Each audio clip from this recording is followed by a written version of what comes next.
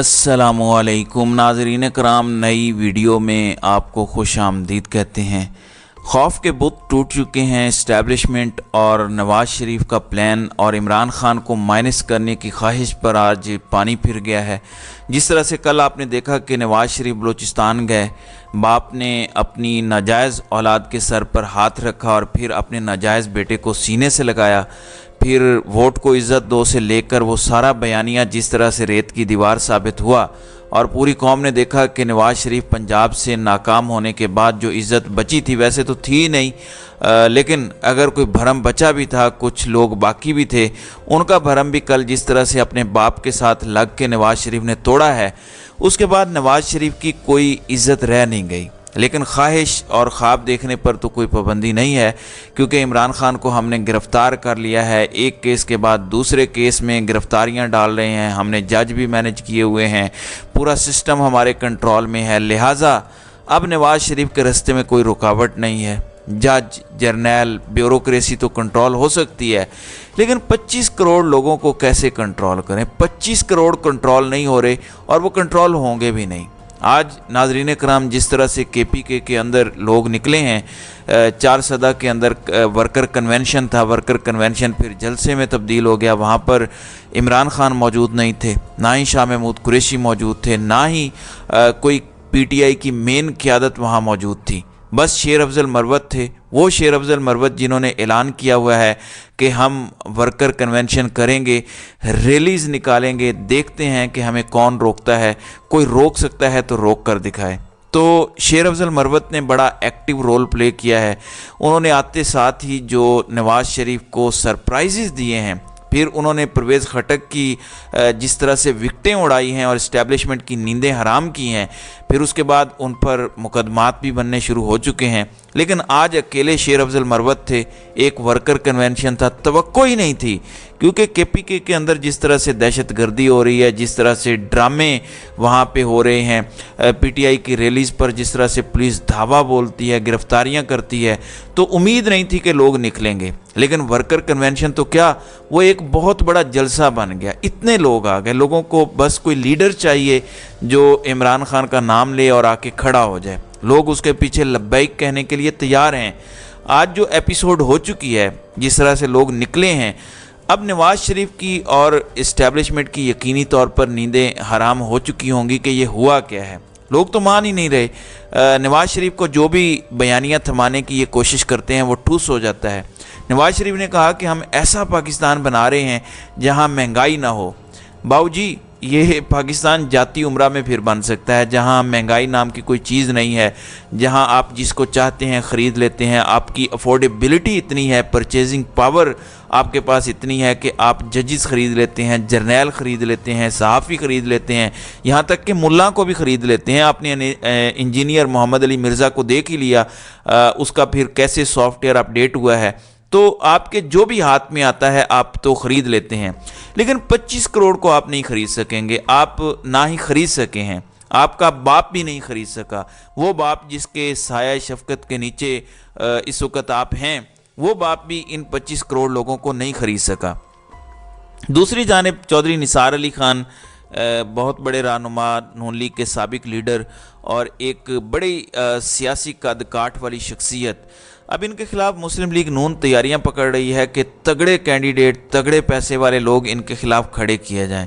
दूसरी जानिब PTI ने क्या किया है? PTI ने यह फैसला किया है कि चौधरी निसार अली खान के खिलाफ हम कोई भी कैंडिडेट नहीं खड़ा करेंगे, ना वो आज़ाद होगा, ना वो PTI के टिकट पर होगा। तो चौधरी निसार अली खान को PTI ने फ्री हैंड दिया है और जैसे ही हालात बेहतर होंगे चौधरी निसार अली खान PTI के अंदर आ भी जाएंगे। मैंने आपको पहले भी बताया था कि सरवर खान सबसे बड़ी रुकावट थे, जिस वजह से चौधरी निसार अली खान नहीं आ रहे थे PTI में।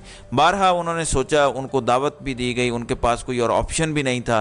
फिर हालात ऐसे हो गए कि आपको पता है कि चौधरी निसार अली खान इस्टेब्लिशमेंट के साथ चलने वाले बंदे हैं, लिहाजा उन्होंने यही समझा कि ये मुनासिब वक्त नहीं है। कई दफ़ा ख़बरें आईं कि वो PTI में शमूलियत करने जा रहे हैं, लेकिन वो आते आते रुक गए। लेकिन अब PTI ने यह फ़ैसला किया है कि उनके मुकाबले में कोई PTI का बंदा या आज़ाद उम्मीदवार खड़ा नहीं किया जाएगा। दूसरी जानिब नवाज शरीफ जगह जगह पर खिताब कर रहे हैं, वोट को इज्जत दो वाले बयानिया तो किस्सा पारीना बन चुका। अब लाडला कहने पर उन्हें बड़ा गुस्सा आता है। अब वो मईशत का चूरन बेचना चाह रहे हैं। कहते हैं कि हमारे दौर को लोग आज तरसते हैं, आपका दौर तो अभी कल गुजरा है, आपका तो आज भी दौर है, बाप ने तो आपके सर पे हाथ रखा हुआ है। फिर कहते हैं कि आज सोना तो सोना, रोटी महंगी हो गई, गरीब रोटी और रोज़गार को तरस गया है, ये हाल कर दिया है मुल्क और कौम का। किसने किया है? ये बेशरम ऐसे हैं, ये इतने गिरे हुए लीडर हैं, ये पाकिस्तानियों को इतना कम अकल समझते हैं, इतनी तज़हीक करते हैं कि जैसे इनको पता ही नहीं है कि किसने ये सब किया है। फिर कहते हैं कि हमारे दौर में जिसका 1200 बिल आता था आज 15,000 आता है। किसके दौर में आया?